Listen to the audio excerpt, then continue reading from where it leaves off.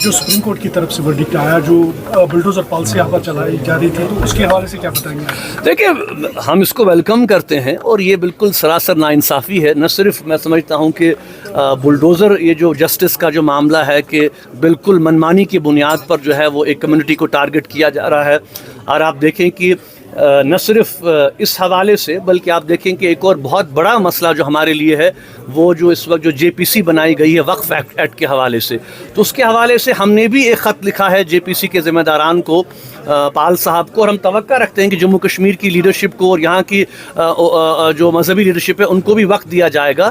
ہم انتظار کر رہے ہیں کہ وہ ہمیں وقت دیں تاکہ ہم اپنی تحفظات جو ان تک پہنچا سکیں, کیونکہ ہم نے بار بار یہ کہا ہے کہ یہ ایک ناقابل قبول عمل ہے.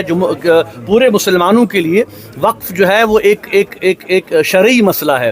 اس میں جو ہے حکومت کی جو مداخلت ہے وہ بالکل بیجا ہے. ٹھیک ہے کچھ چینجز ہم اس میں لا سکتے ہیں بہتری کے لیے, لیکن جس طریقے سے جو یہ امینڈمنٹس لائی گئی ہیں بالکل ایک طرفہ جو ہے یہ سارا معاملہ کیا جا رہا ہے, اس کی بھی ہم مخالفت کرتے ہیں. اور ہم چاہتے ہیں کہ باقی جو پارٹیز ہندوستان کی ہیں اپوزیشن کے ساتھ کے علاوہ جو این ڈی اے میں باقی پارٹیز ہیں کم سے کم ان کو بھی اس مسئلے کے حوالے سے جو ہے وہ ایک واضح پالیسی کے ساتھ آگے آنا چاہیے اور یہ کہنا چاہیے کہ ہم اس کو سپورٹ نہیں کریں گے. کو مانتے ہیں خاص طور کشمیر کے لیے اور جو انڈیا پاک ریلیشنز ہیں.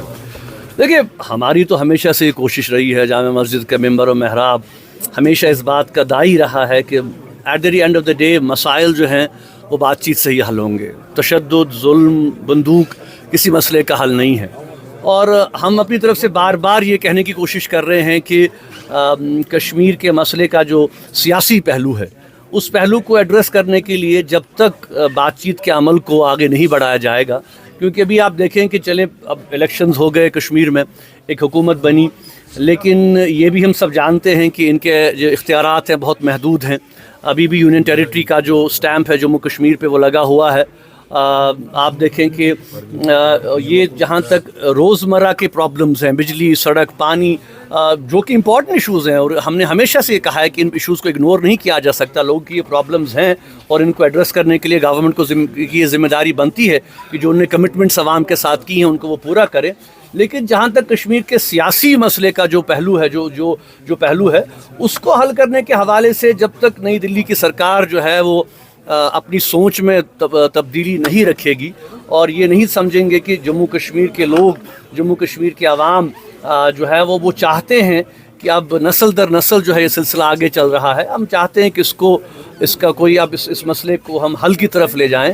ہم انسرٹینٹی میں نہیں رہنا چاہتے, ہم کچھ تو خون نہیں چاہتے, ہم بلڈ شیڈ نہیں چاہتے. اچھی بات ہے کہ پچھلے 4-5 سالوں سے آپ دیکھ رہے ہیں کہ سیز فائر لائن پہ جو ہے وہ گولہ باری نہیں ہو رہی ہے, دونوں طرف سے لوگ جو ہے کم سے کم تھوڑی راحت محسوس کر رہے ہیں. تو ہم چاہتے ہیں کہ دونوں ملک اس انیشیٹو کو تھوڑا اور آگے بڑھائیں, ٹریڈ شروع ہو. کشمیر کے حوالے سے جو آپ نے دیکھا کہ جو بس سروس تھی وہ بند ہو گئی, جو ٹریڈ تھا وہ بند ہو گیا. اور میں سمجھتا ہوں کہ اس مسئلے کا جو انسانی پہلو ہے, دیکھیں ہمارے جیسے پچھلے ہی آپ نے دیکھا کہ 2 ہفتے قبل جو ہے ہماری فیملی کے بزرگ جو ہے وہ انتقال کر گئے, اور اگر حالات ایسے ہوتے تو ہم جا سکتے, ان سے ملتے, کم سے کم اس غم کے موقع پہ جو ہے وہ فیملیز آپس میں انٹریکٹ کرتی. لیکن آپ دیکھ رہے ہیں کہ سلسلہ پھر سے بند ہو گیا ہے. ٹریڈ کا سلسلہ ہے 2 طرف کے کشمیر کا, اس سے بہت کام آگے بڑھا, بہت سی فیملیز کو اس سے فائدہ مل رہا تھا, ایک کنیکٹیویٹی بڑھ گئی تھی. تو میں سمجھتا ہوں کہ اس قسم کے انیشیٹیوز کو ری وزٹ کرنے کی ضرورت ہے.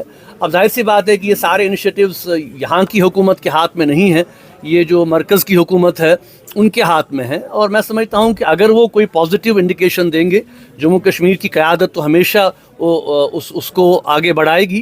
اور مجھے پورا یقین ہے کہ پاکستان کی بھی جو قیادت ہے وہ بھی آج اس بات کو سمجھتے ہیں کہ معاملات کو جو ہے وہ ڈائیلاگ اور گفتگو سے ہی حل کرنے کی ضرورت ہے.